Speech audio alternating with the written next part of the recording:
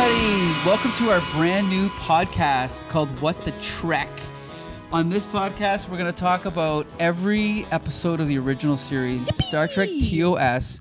I'm your co-host, Mike L., and I'm joined by this guy. I'm champion, I guess. Oh my God, I hate saying my own nickname for some reason. It sounds so self-indulgent. No, but awesome. yes, this is. We've been looking forward to this podcast for a minute now. Yeah, planning it for a while. Oh, yeah. And here's our other co-host. You can introduce yourself. I'm Heather. Hi, Heather. And our regular viewers will know you from our many Star Trek movie reviews, plus other reviews, right? Yes, I've been there for all the Star Trek movies, almost all of them. Yes, so about a of. year and a half-ish ago, you started coming to our movie nights and joining us for the podcast. Yes. Okay, so we've talked about how we got into Star Trek before. It's safe to say we're all huge fans. We've all seen the show multiple times. I'm just going to say, even though this is my favorite show and I've seen it more than almost any other show, I've only seen each episode about 6 times all the way through. Really? And I feel like that's a lot. How many times have you seen the series all the way through?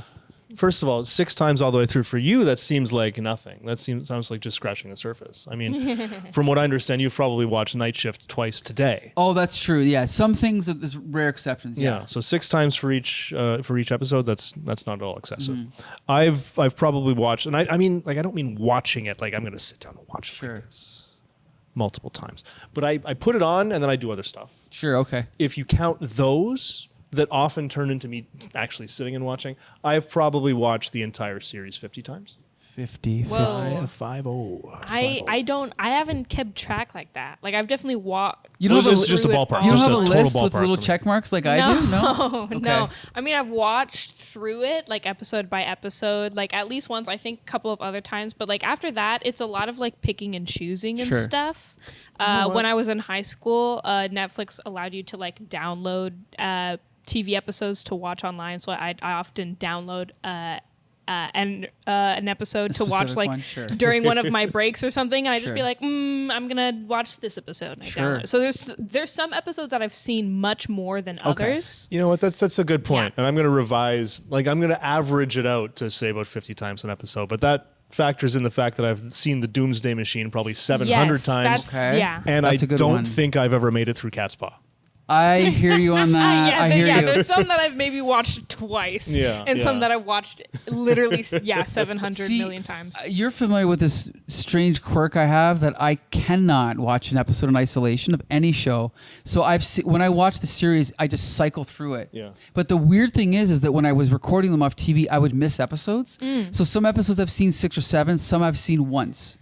Right, but I would never just go like, oh, I'm gonna watch, whatever. I just wouldn't do that. I just wouldn't. You'd watch the entire series, even if it was just all the episodes you had of it. Yes, all or nothing. Okay, but I'll say this: when I started watching the show, I believe I saw the movies first. Then I came home one night. It was like we were getting home from a trip to London, and I turned my TV on, and the second last episode where they go to the library and they go back in time. Which one's? What is that called? With Professor Atoz. Yes, Atoz. Anyway, whatever that one was, that was the first one I ever saw. Then I saw Turnabout Intruder, and then I jumped to Where No Man Has Gone Before. So I kind of almost started at the beginning and then cycled through that way. Does anyone remember the first episode they saw? Probably just like the very first disc, which... Oh, okay, because you watched it on DVD. Yeah, okay, I've never, until like New Trek, like I've never watched a Star Trek show for the first time that wasn't on a DVD. Gotcha, okay. Because everything had already been out by the time I started watching them, like with my family. And so we just bought the disc. Like my mom... my brother was watching Buzz Lightyear, and she's like, I bet you guys would like this show. And she bought the first season, and we watched through all of those, and we liked it. So then we watched through season 2. That's so And then cool. season 3, and then Next Gen. And we just keep doing that. Just like we're going to do on this podcast. Yep. Okay. Champion, do you remember the first episode you saw? Ish. Yes, okay. yes. I mean, like, I don't, because I was a little tiny little kid. I was probably 3 years old watching this stuff.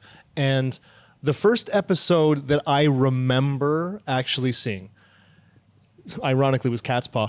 And I have sort of a core memory of being like freaked out by it as a little kid. There's one scene in particular, and it was like some spectre-ish, witchy sort of things, just sort of ooh, woo, and coming towards the screen. And 3-year-old me was kind of freaked out by that. It's like the Halloween special. Yeah, kind of, like a Absolutely. giant cat, and it was like it was stupid, but it was creepy to a kid. Yeah. I remember watching that on TV as it was being broadcast, like not in the '60s, but it was in syndication in the early '80s.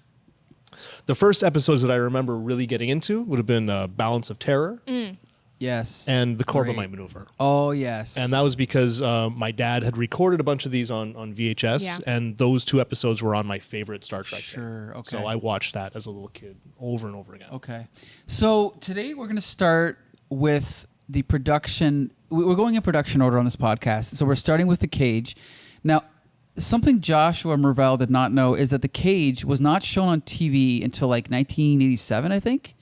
Did you know that? I mean, it was in the menagerie, though, right? True. So about 80% of the episode was in the menagerie, but the actual original version was not seen by anyone until 87, I think. Oh, yeah. And when it was broadcast, like you were saying earlier, it was shown with some parts in black and white. Yeah. Right? Because that's all they had. Yeah. And then I think like coincidentally a year after they broadcast it, they're like, oh no, here it is. Here's the whole episode. Yeah. So then they really released it again, Yeah. right? Right. So I rewatched this for this review. Did you rewatch it? Yeah, okay. I rewatched it on my discs. I had to pull out season 3 because that's where they stored The Cage, and I watched The Cage, and it was like all the like super nice. They redid everything, and then in that disc, the one disc, it had Cage and it had The Cage Extended Edition, Yes. and I was like, oh, extra scenes. There were no extra scenes. It was just Right. the one where it was the black and white and the nice one mixed together, Right. and I was like, oh, okay, well, I can watch the same episode again, except some of the graphics are way worse this time. Yes, true.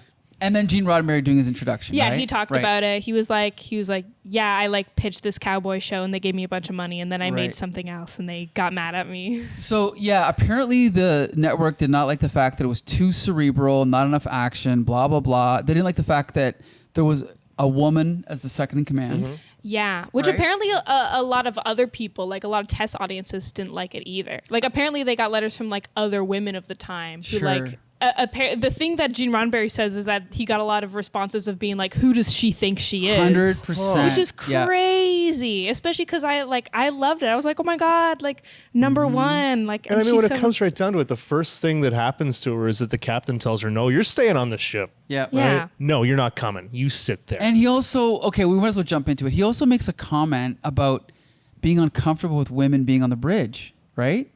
Doesn't he? I at don't- some point? did I- I'm pretty.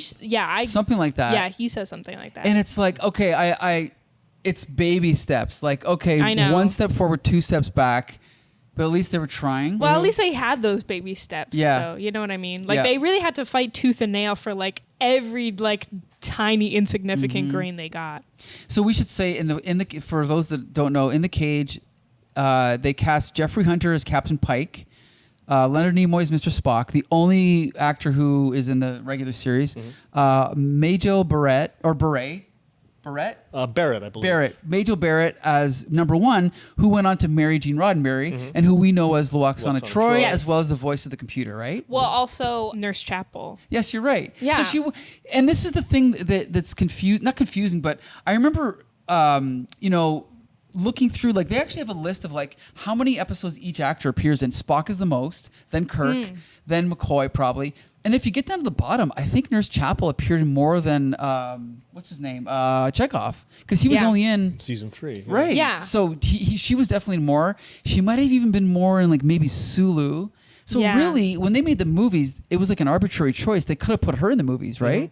Yeah. Maybe they should Well, have. she was in the motion picture, Yes. but that was Yeah. it. But that was kind of it. Yeah. Yeah. I think she just had a harder like role to fill because Sure. her role would be like medical doctor, but they already kind of had a guy to do yeah. that. Well, she sort was of. a nurse. They could have had the nurse, right? yeah, but then I don't know. I think it's just like with limited screen time, limited Sure. people. Like, Like she not a doesn't lot of stuff fill happened a in good sick bay role. during the Right, movies. true, true. A couple Yeah. of scenes here and there, but like wide sections of the show would take place there. Yeah. So. Yeah. I mean, I love her, but like the stuff that I remember her most for is like bringing Spock soup and then like getting yelled I at. remember that. Yeah. But anyway, so let's just before we even get into the plot, why don't we talk about the actors? So Jeffrey Hunter, who was a semi-respected actor, he was in The Searchers with John Wayne, a famous Western. He played Jesus in, which version was it? Was it King of Kings or The Greatest Story Ever Told? I don't remember which one. not quite a convincing Jesus, but he's a fairly good actor.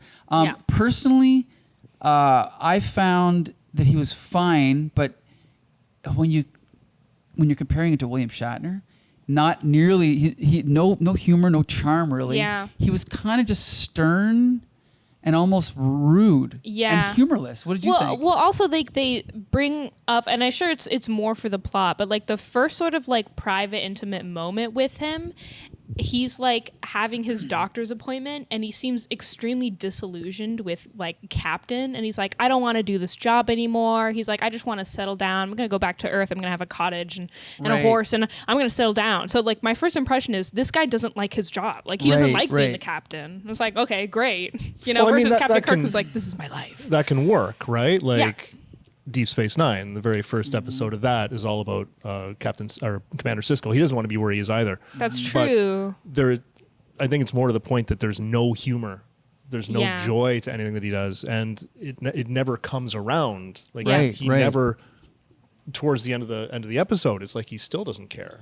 Yeah. It's weird. It's like it almost feels more modern, where a more modern show would dwell on that angst of like, I'm so tired of deciding who lives and who dies. And that's something like a 2026 show would dwell on. Whereas back then you would expect it to be a little bit lighter and more fun, but who knows? But I mean, like Captain Kirk still has that same dilemma, but he'll also have just like a twinkle in his eye sometimes about it, like he'll be like, oh, it's so hard making the decisions. Like, it's so hard. But then he'll talk to Spock and he'll just be like, exactly. He has a twinkle in his eye. You're totally right. Yeah. Because he's hanging out with his friends. And you're never questioning the fact that he loves his ship more than anything else, right? Like, there's a very similar conversation between Kirk and Dr. McCoy in a few episodes later. And he's very much like, I don't know if I want to do this anymore. And he's like, I already got a woman to worry about. Her name's the Enterprise. Yes. Yeah. So you both can feel captains that both attachment. have drinks with both of their doctors. Yes. Good point. Good point.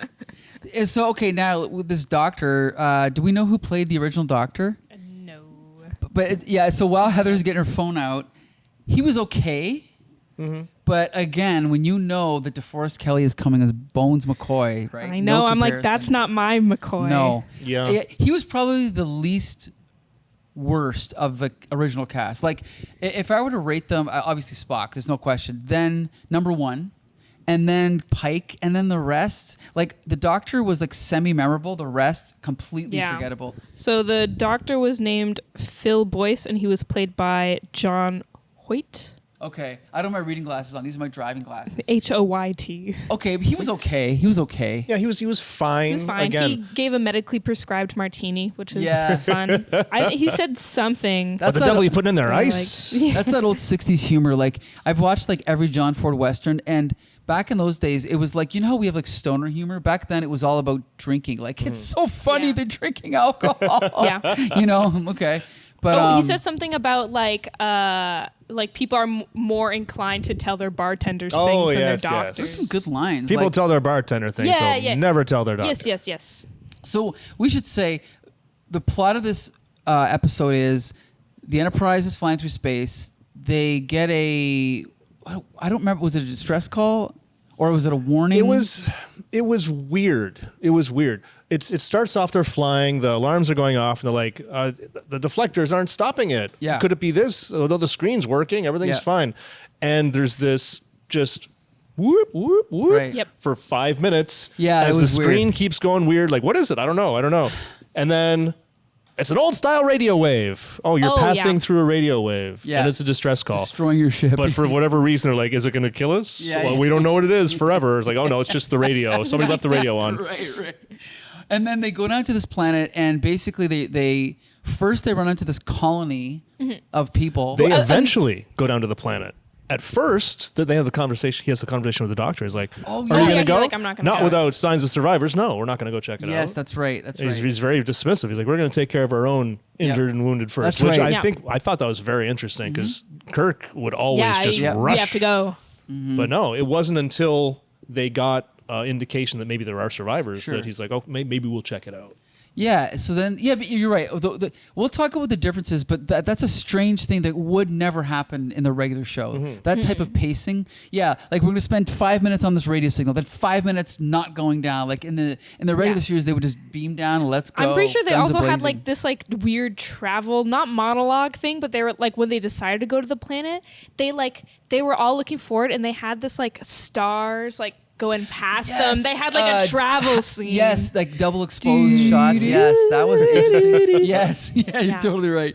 So then they go to the planet and there's this like colony of people, which I love. A million old ass men and one beautiful bombshell lady. Yes. Probably the most beautiful bombshell in all of Star Trek, in my opinion. Not that it matters, but it's funny because we'll get to that later, but what she actually looks like, right? You should say that for every single lady we talk about. Probably. The most beautiful bombshell lady in all Star Trek. Probably, for every lady. But I love the way that they introduce her to, like the people down there introduce her. This is Vina. Her parents are dead, right? Yeah. Like that's the first thing they say about her. Yeah. She was born as soon as she crashed. Her parents are dead. Yep. Yeah. Have at her, I guess. They're like, so you don't need to ask anyone's permission. Hey. Well, it's like Forbidden Planet, right? It's exactly the same. Everyone was like, "Who is this?" You know, and she does, and they're all like decrepit, drug addicts, and she's like perfectly. Like, it's not like a normal colony, like a million old ass men, right, old ancient men, and one beautiful lady. I know. Who's all made up to the nines, except her clothes are all tattered too. True, She has like but they're sexy Gucci tattered clothes. on. Totally. And then over the course of the plot, we kind of figure out that these are all actually illusions, and that what's actually happening is there's a race of aliens who are kind of in this little bunker, and every big bulgy heads. Because their superpowers being really smart. Yes. And they can create illusions, and so every time they think something's happening, like it turns out, all these colonists are an illusion. When we try to shoot the rocks, and it's not destroyed, but it actually is destroyed. So Pike gets kidnapped. Yeah, she takes him to a secondary location. Yes, and it's kind of like in a cage, right? You could say. So he's imprisoned like a zoo animal, basically. Yeah, he's like got the little glass on, and he like goes to hit it, and when he hits it, the soundtrack goes. No, it goes like. I wrote in my notes. There's one note that just goes. Look at my notes are like 3 words. Like, and look at this is like a novel. This here. is stream of consciousness. I love it. Just stuff. This is great. I love this. Okay, so he gets kidnapped, but he's imprisoned with the girl. Yep. And basically, over the course of the plot, then I think Spock comes down first with one. No. So they do they go on like certain like adventures, like they're trying to make Pike be into the lady and stuff, and it's like kind of not working. First they go to his past memory of like Rigel 7, I think it is, where he got like attacked by a creature, but it's just some dude wearing like some fur boots. That was the worst. And they're like, he's a monster. It's just some normal guy. Yeah. He's got some messed up teeth prosthesis though too. But the difference is that the lady's there. Vina. Is that her name? Okay. Yeah.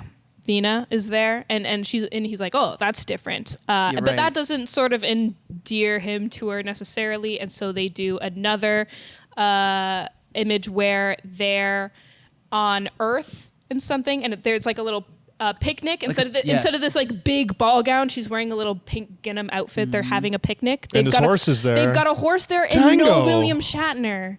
No William Shatner, but horses. To show how to go forward, backwards, around, right? Yeah, no William Shatner to show us any horse tricks. And so they do that, and that doesn't necessarily work either. So they do one last one where it's like a completely made up thing where they're on some other planet, and Vina is no longer a human lady. She's an Orion slave girl, and they've painted her green. Yes, the famous first one. Sexy green lady, the paint job from hell. Yeah. It was really terrible. It kept like coming off on other things. It was really, really hard to paint her. They did not know how to seal the body paint at that time. Maybe she had a skin condition as an Orion slave girl. But that doesn't work. And so what they do is, back on the Enterprise, they're trying to come up with ways to save the captain. And so they think they found a way to teleport underground. And they're like, hey, just so you know, like this might not work because I don't know if these controls are right. But number one, first in command, she's like, we're going to do it anyways. And so her and one of the other bridge officers, who's also a lady, lots of lady bridge officers in this episode, but it's for a purpose because a whole bunch of them beam down, but only the 2 ladies beam down. Spock goes, the women! Yeah. But before that, they try and blow the thing up. They're all down there with they transport a giant laser gun down there, and they're like, this giant, it's so cool. Yeah, they've got cool goggles on. I like the goggles. So cool. And I like the fact that they know that they're being tricked, right? Yeah. They should have sheared off the top of that knoll the first second. And they're like, maybe we did. Right? Yeah, with their who power, knows? they can make us see anything. So they do that, and then they try and just beam down, and they only beam down the 2 ladies, and the alien creatures are like, well, maybe you want to mate with them instead. Yeah. So the aliens are trying to mate him with one of them. But one of the things that happens is Pike starts to notice that at certain times the aliens seem to lose their powers, right? Yes. And I like this, even though it's science fiction, and even though the writers, which is Gene Roddenberry in this case, is technically creating the situation where that can happen. At least it's there. At least the captain is outsmarting the aliens. And he notices that when he starts thinking primitive thoughts, that's it, isn't it? You for a second there, your powers faded. Like I like that. That's cool. And then over time, eventually, I think, doesn't he convince them all to think violent thoughts, kind of, to like cloud their minds? Yeah. So he's like, he tells them all like, it's the primitive thoughts that you can't do anything. So he's like, think really violently. I'm just gonna continually think about ripping their heads off. And what he does is the 2 girls, they beam down and they have everything. And while he's thinking these intense thoughts, he grabs their like rifles, right? That like, don't worry, I think they tried to shoot and it did nothing. And he puts them down on a spot where he saw the aliens like put food earlier. And so he's keeping these thoughts, these angry thoughts, so they can't tell what his plan is. And then they come in to take the rifles because they do work. And then he grabs them. It's a great scene when he wrestles with the alien. It's also a hilarious scene because it's like this little, it gives me like little Yoda vibes. Sure, he's kind of climbing through the hole. It's right down on the floor. And he grabs him and Pike's like twice as big. Yeah. Right. And he's just wrestling a little rag doll. It's like, yeah. But then he turns into a giant monster. Yeah. Yes, that's right. That's Not right. some just dude with like a fur outfit on. Yes, like true, an actual monster. And then at that point, I think Pike is choking the monster. Yes. He's like, no, you're not really a monster. right. Yeah. And then the monster alien basically says, "Oh, your weapons don't work." And he's like, "Oh, really? You willing to bet?" And then that's when the alien finally says, "Okay, you're right." And then the illusion breaks, and they see that the glass is actually been burned through, which is so cool the way they do that. And then they're like, "Okay, now we can go." And then I think they find the other aliens, right? Pretty lucky for the aliens, though, at that point, that Pike he decides to shoot the window instead of shooting anything else, right? Like, had he decided to aim it at one of them instead. Yeah. So then we get to the resolution of the episode, right? Where we discover that everything is an illusion. And on top of that, let's talk about what happened with it. What's the real story of this woman? She landed So there was like, they were surprised when all those settlers were there because they're like, like we had like a history of like people coming here, but we thought the ship crashed or whatever. And it did crash and everyone died except Vina. She was still alive. And these people sort of tried to like heal her and help her, but they didn't know, they'd never encountered humans. So they didn't quite know how to put everything back. And so she's like pretty like disfigured and stuff. And so they've used their imaginations to make her look beautiful once like Pike and stuff was there, because now they can sort of be like, this is what you're supposed to look like. So she basically reverts to her true form, and she's all kind of like hunchback and misshapen. I gotta say, this episode ends in a strange way because they basically, Pike says, well, if I'm going to go back to the ship, she's got to come with me. And the aliens basically say, that's impossible. She's too ugly. and she's like, you're right. And that's it. And that's basically, that's how the show ends. Like, that is an insane climax, right? But am I right? It is. And it's also kind of heartbreaking. Yeah, right? well, I think it's like, I think she also like didn't want to go. She's like, I just want to stay here. And Pike says like, oh, well, like, please like bring her back her beauty at least if she's gonna stay here. Right. And they're like, oh, we'll do that and much more. And then fake illusion Pike, and it's like, Yes. oh look, she has a boyfriend now, and he looks just like you. No, but yeah, that was funny because it's almost like this is like an AI porn bot Yeah. basically, Captain Pike. Yeah. But Pike's fine with it. He's like, just get he's me like, out of that's- here. he's like, Whatever. that's As long as great, she's happy, amazing. yeah. This might come in handy in 10, 12 years. right. So that's the end of the episode. Okay, just the plot. To be honest, I went into this plot with I haven't seen it in 20 years, thinking, if Gene Roddenberry would have got his way, this is what Star Trek would have been like, more intellectual and more this, that, and the other. But to be honest, I didn't like it as much. I was actually worried for 5 minutes. I'm like, oh no, is every episode going to drag like this? Yeah. Nope. We watched 3 more. They're all good. The cage drags a little bit, Yeah, right? it's really intense. They don't move about a lot. It's just the feeling of them being stuck there for so long, like Right. kind of not being able to do anything. Is like, Yeah, and humorless, yeah. joyless, right? Well, that's the tricky thing is like to defeat these aliens, Captain Pike had to like think horrible, mean, intense thoughts the whole time, which left no room for like enjoyment. Like the whole Yes. time he's like, Right. And you're not talking enjoyable. about somebody who was already kind of joyless. Yeah, And now, it's- how do you get through this? You have to become even less joyful. Yeah. Yes, No. yes. No, it was not work. Like it was an interesting story. Yeah. And there were parts of it that I really enjoyed.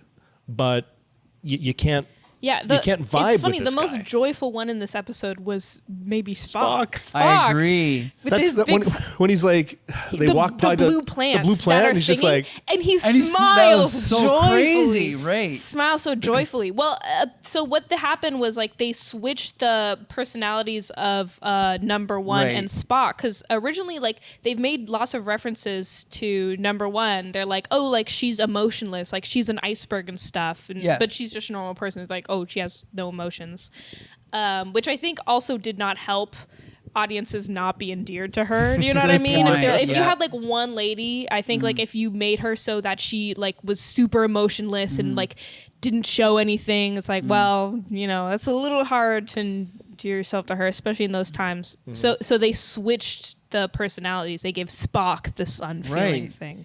Which is interesting, but it's funny because it's like, what was Spock's personality? Shouting everything Yeah. he says on the bridge. Oh yeah, very loud. right? And Very then loud. smelling the flowers with a big smile. And then other than that, I mean, he's still a great actor, but he was Yeah. not Spock yet, right? well, he wasn't Yeah, cast in his role Right, yet. right, They right, hadn't right. developed his Yeah, role. he didn't have too much to do. He had the shortest bangs though. He was In this different. episode, his bangs were so short. I commented on it like multiple times. I'm just like Spock with the very short bangs. And his Someone needs to eyebrows grow were his kind of bangs out. They were insane. different. Insane They were eyebrows. Like, Instead of this, they were like this. Really, Yeah. really intense. No blue eyeshadow either to dull it out. I think just in one of them, I just said, Spock, fire your barber. I don't think I noticed because the first 7 times I watched the show, it was all like broadcast quality. I didn't realize Spock wears gold makeup or something. Yeah. So I didn't realize that. They had the concept that he had like a copper-based blood or Right. whatever that like made it sort of green tinge. So they like colored him with like a lot of yellow makeup. It's not as intense in the episodes. It's really intense in No Man, where No Where No Man Man's has Gone Gone Before. He's really yellow in that Yes. episode. Interesting. But they toned down the yellowness, but they do give him like blue eyeshadow in the rest of the shows, which I choose to believe is not a thing of Vulcans and is just Spock. He does his makeup every day. He's like getting ready. fabulous. He puts on his boots. He does his eye. And then we've touched on the rest of the cast. I mean, there's the girl with the red hair. Yeah. I feel sorry for her because she's so meek. Like she kind of gets pushed around. Remember, she keeps annoying Pike. Well, that's kind of Yeah. yeah. But that's kind of I think that serves what her character's supposed to be when she and number one are transported down into the cage, right? It's sad remembering later that like kind of the purpose of having so many women on the main bridge was so that they could be transported and offered up to Pike as like sexual conquest. Because when I first watched this, I was like, I made notes and I'm like, oh my gosh, like so many women on the bridge in this pilot, and like everyone's wearing pants. It's crazy. Yeah, good point. And they got Nick collars. I don't like the Nick collar. No, not great. Also, the costumes were all pretty drab, right? They're all I did not. I hated the Nick collar.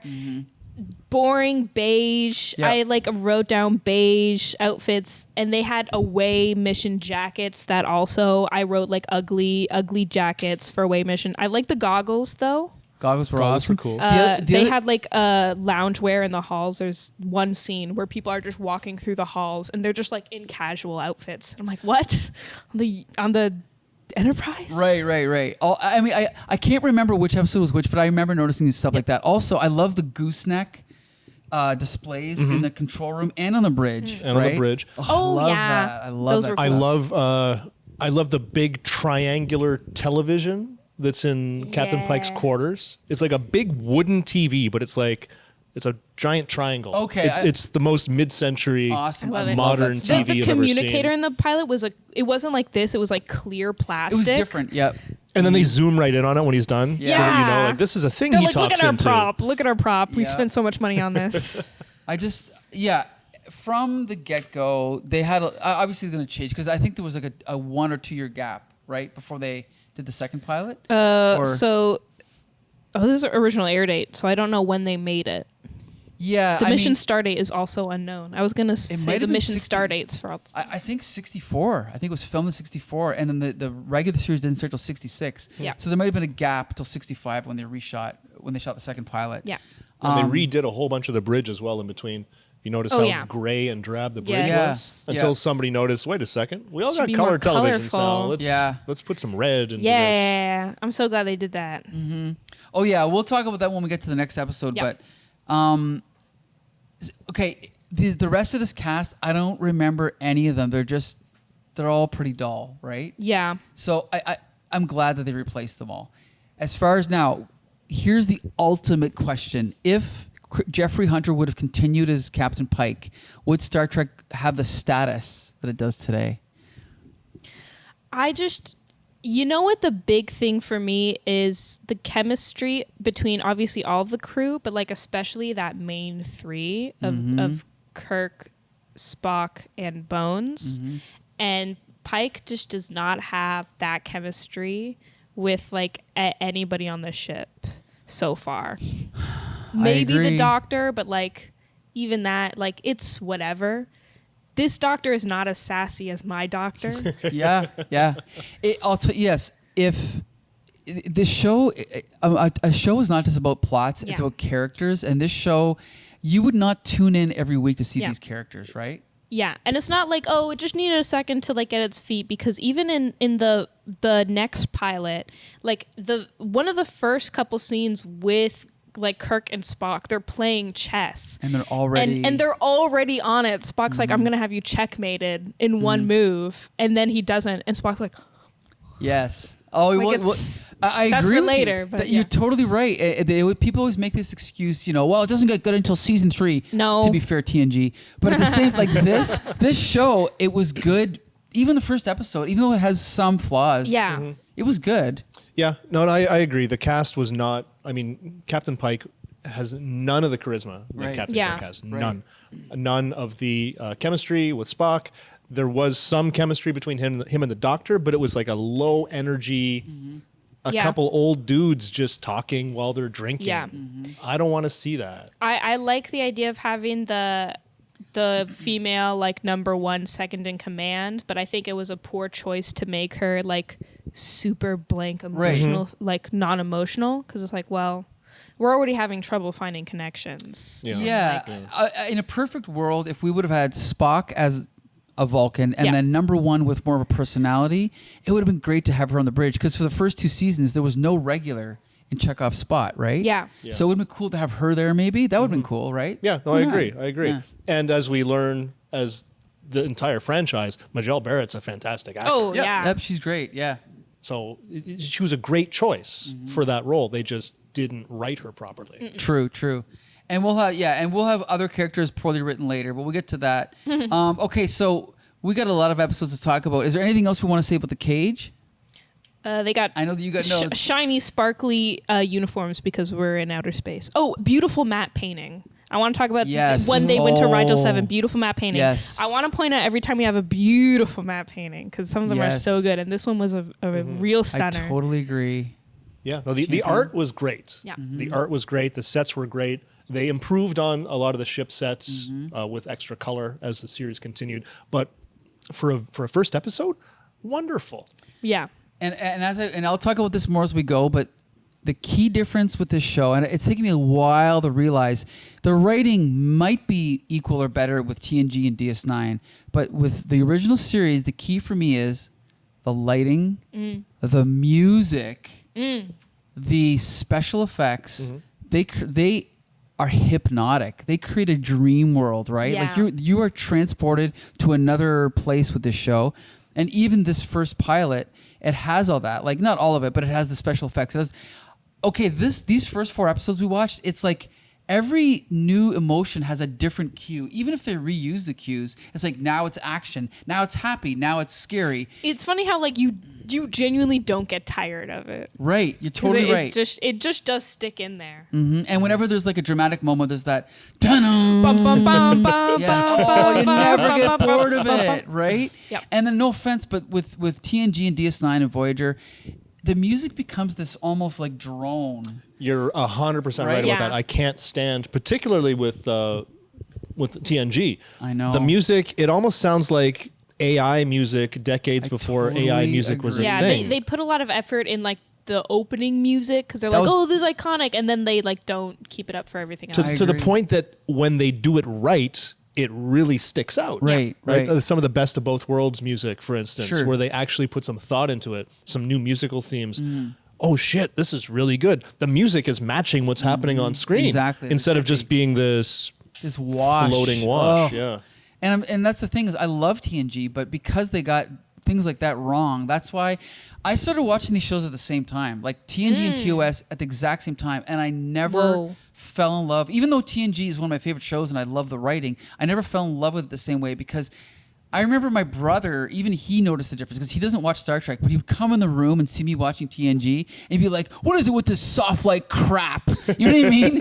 And so I have this book at home where they compare the difference and they gave a good analogy, but I can't remember it. But they basically said that TOS is like this, or maybe they said Miles Davis, and they said TNG is like, who's that jazz player that like moms like that's like crappy? The white guy with the long curly hair. Oh shit. Kenny G. Okay. Yes. TNG is like Kenny G lighting, and I'm like, yep, that's it. That's what it is. It's Kenny G lighting. TNG, Kenny G. I know, yeah, I know, right? Okay, so anyway, I think we've said everything we can about the cage, right? Yeah. Aside from the blue Star Trek font. words. Terrible yeah. font. She's got That's it in my her notes first there. note. Yeah. That was your What I first said, note? funky blue font. Yeah. First note. Totally different, yeah. And they got it right after. Yeah, oh yeah, they got it right. Yeah. The font of Star Trek is like half the appeal. Oh, right? yeah. Like that original font was nothing, yeah. So they fixed that. They fixed, there's little things they fixed, but overall, good episode, dull cast. For the Yeah. But a most really part. good starting point. Yeah. There was so much that they carried yeah. forward that had they not started it here, who knows what Yeah. would have happened when they did the second pilot. And thankfully they got a chance because not many shows get it. Almost no shows get It's a chance. true. To 0 shows get 2 pilots. I don't think it's ever been done before or since, right? Except for Firefly, they had 2 pilots. Did they? Yeah, technically the train job is the second pilot. Oh shit. Yeah. Okay. Yeah. Anyway, okay, I think that's it. I think we're done talking about the cage. We're going to review every single episode of the original series, and then who knows, when we're done, maybe we'll keep going from there, right? Wait, is there another series that comes after the original series? Apparently, there's at least one. Yep, it's animated though. Anyway, okay, so yeah, join us. I think we're going to go weekly, so join us every week. All of our episodes are available at comicbooksyndicate.com and youtube.com. And I want to thank Champion and Heather for joining me. Nice. This has been awesome. We're at Meteor. Come here every Wednesday night for movie night and watch Star Trek and join us for our reviews. And until the next time, see you later.